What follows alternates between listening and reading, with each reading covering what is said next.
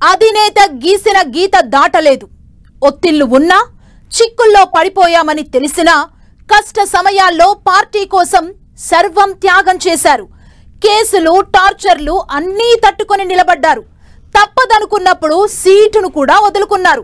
అలా పార్టీ కోసం బాధింపబడ్డోళ్లకు, త్యాగం చేసినోళ్లకు తగిన గుర్తింపునిస్తున్నారు టీడీపీ అధినేత. అయితే ఆ ఇద్దరు ముఖ్య నేతలు మెచ్చిన ఆ నేతకు దక్కే పదవి ఏంటనేది ఆసక్తికరంగా మారింది. అందరికంటే ముందు ఆయనకే వరం దక్కుతుందనుకున్నారు. కానీ కాస్త లేట్ అవుతున్నా ఆ నేతకు మంచి బెర్తే ఇస్తారంటున్నారు.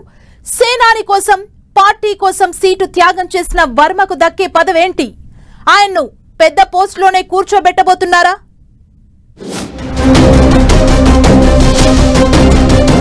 బాధితులకు, త్యాగం చేసినోళ్లకు వరుసగా బెర్తులు.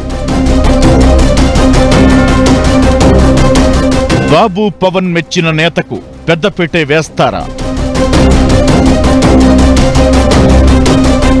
పిఠాపురం వర్మను వరించబోయే పదవి ఏంటి? అపోజిషన్లో ఉన్నప్పుడు బాధింపబడ్డోళ్లను, అధికారంలోకొచ్చేందుకు త్యాగం చేసినోళ్లను అందలం ఎక్కిస్తున్నారు సీఎం చంద్రబాబు. తన మాట విని పార్టీ గెలుపు కోసం సీటు వదులుకున్న నేతలకు, అప్పటి అధికార పార్టీని గట్టిగా ఎదుర్కొన్న నేతలకు పెద్దపీట వేస్తూ వస్తున్నారు.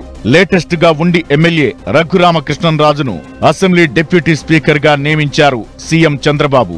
అసలు ఆయనకే ఎమ్మెల్యే టికెట్ దక్కదనుకున్న సమయంలో అందరినీ ఒప్పించి టికెట్ ఇచ్చి గెలిపించడంతో పాటు ఇప్పుడు శాసనసభ ఉపసభాపతి హోదాలో కూర్చోబెట్టారు.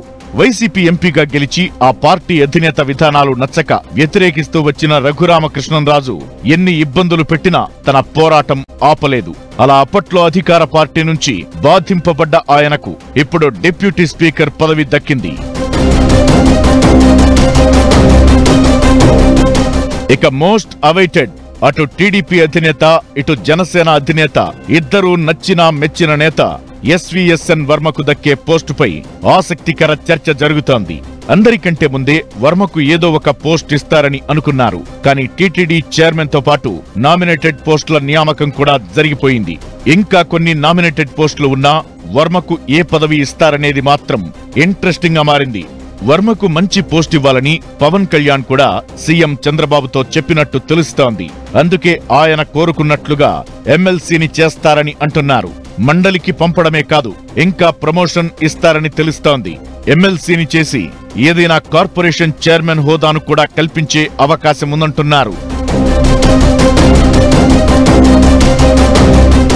23 సంవత్సరాలుగా చంద్రబాబుతో కలిసి రాజకీయ ప్రయాణం చేస్తున్నారు వర్మ. అధినేత మాటను జవదాటని నేతగా ఆయనకు పేరుంది. అంతేకాదు, మొన్నటి ఎన్నికల్లో ఇండిపెండెంట్ గా పోటీ చేస్తే గెలుస్తారని ఆయనపై అనుచరులు ఒత్తిడి తెచ్చారు. కానీ బాస్ ఆదేశాల ప్రకారమే సీటు త్యాగం చేశారు వర్మ. టీడీపీ అధిష్టానం నిర్ణయాన్ని లోకల్ క్యాడర్ వ్యతిరేకించినా వర్మ మాత్రం చంద్రబాబుకు ఇచ్చిన మాటకు కట్టుబడి పనిచేశారు. వర్మ, అతని భార్య లక్ష్మీదేవి, కొడుకు గిరీష్, ఆయన కుటుంబమంతా రాత్రింబవళ్లు పవన్ కళ్యాణ్ గెలుపు కోసం కష్టపడ్డారు. వర్మకు ఫస్ట్ ఎమ్మెల్సీ సీటు ఇస్తామని, ప్రమోషన్ కూడా కల్పిస్తామని బహిరంగంగా హామీ ఇచ్చారు టీడీపీ అధినేత చంద్రబాబు. పవన్ కళ్యాణ్ కూడా చట్టసభల్లో వర్మగారు ఉండాలంటూ ఎన్నోసార్లు స్టేట్మెంట్ ఇచ్చారు. బలమైన నాయకుడైన వర్మకు ఎమ్మెల్సీ ఇస్తామని, దానికి తన పూర్తి సపోర్టు ఉంటుందని పిఠాపురం బహిరంగ సభలోనే జనసేనాని హామీ ఇచ్చారు. అయితే క్షత్రియ వర్గానికి కేబినెట్లో స్థానం కల్పించాలనుకుంటే మాత్రం వర్మకు అమాత్య యోగం దక్కే అవకాశం ఉందంటున్నారు. వర్మతో పనైపోయిందని అటు చంద్రబాబు, ఇటు పవన్ కళ్యాణ్ ఇద్దరూ లైట్ తీసుకోవడం లేదు. పిఠాపురం వస్తే చాలు ఆయన పక్కనే ఉంటున్నారు వర్మ. తన గెలుపునకు సహకరించి సీటు వదులుకున్న వర్మను అంతలా గౌరవిస్తున్నారు పవన్. ఆయనకిచ్చే పదవి విషయంలోనూ అటు చంద్రబాబు, ఇటు పవన్ ఇద్దరూ కమిట్మెంట్ తో ఉన్నారని, వర్మ ఫుల్ సాటిస్ఫై అయ్యే బెర్తే ఇస్తారని అంటున్నారు.